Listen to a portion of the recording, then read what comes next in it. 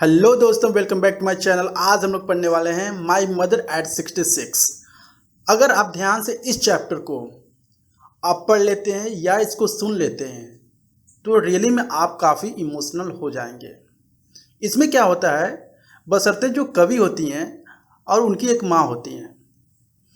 इस चैप्टर में कवि ने वर्णन किया है जब वो अपने माँ के फेस को देखती हैं, जो कि उम्र के साथ साथ या समय के साथ साथ उनकी माँ अब बूढ़ी होती जा रही थी।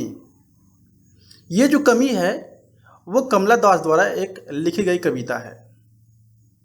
इस कविता में कवि जो है अपनी माँ के प्रति प्यार और लगाव का वर्णन करती हैं, जो उम्र बढ़ने के साथ है। एक बार क्या हुआ, कवि अपने माँ से मिलने गई।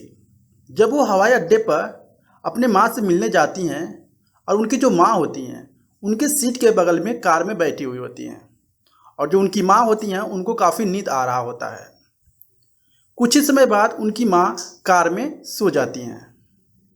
इसके बाद से जो कवि होती हैं उनका जो विचार होता है, मीन्स हम कह सकते हैं कवि का जो ध्यान होता है वो अपने माँ के ऊपर पड़ता है। जब वो देखती हैं अपने माँ के फेस को तो उनके चेहरों पर काफ़ी झुर्रियाँ पड़ चुकी थी।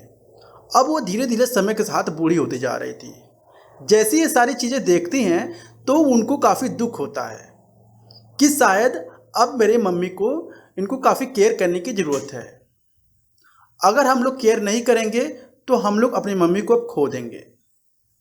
हालांकि कोई भी बूढ़ा हो जाता है तो हमें उसकी केयर करनी चाहिए। तो इस तरह से जो कवि होती हैं वो देखती हैं अपनी मम्मी को कि वो समय के साथ साथ बूढ़ी होती जा रही हैं और उनको केयर करने की ज़रूरत है, तो काफ़ी उदास हो जाती हैं। अब वो उदास हो जाती हैं तो वो अपने उदासी से बाहर निकलने के लिए बेसिकली वो कार की खिड़की से बाहर देखती हैं और वहाँ पर देखती हैं कि वहाँ पे एक युवा है, ठीक है, मीन्स एक लड़के कोई है वहाँ पर बैठा हुआ है, छोटा सा बच्चा, ठीक है, जो अपने घरों से बाहर निकलकर खेल के मैदानों में मीन्स खेतों में भाग रहा था। ये बातें उसकी माँ के बुढ़ापे के विपरीत थी। मीन्स जो वो अपने सामने देख रही थी वो एक छोटा सा बच्चा था, लेकिन इनकी जो मम्मी थी अब वो काफ़ी बूढ़ी हो चुकी थी। उन्होंने ऊर्जा, जीवन और खुशी का प्रतीक है। मीन्स जो ऊर्जा होता है हमारे जीवन में बेसिकली क्या होता है, एक तरह का खुशी का प्रतीक होता है।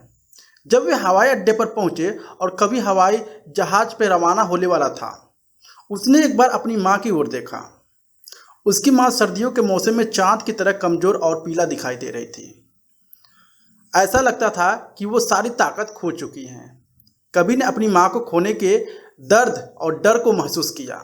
कभी सोच रही थी कि शायद मैं अब जा रही हूँ, शायद वापस मैं आऊँगी जब तक कि अपने माँ से नहीं मिल पाऊँगी, क्योंकि उनका जो उम्र था काफ़ी ज़्यादा हो चुका था। उसे अपने बचपन की याद दिलाई गई।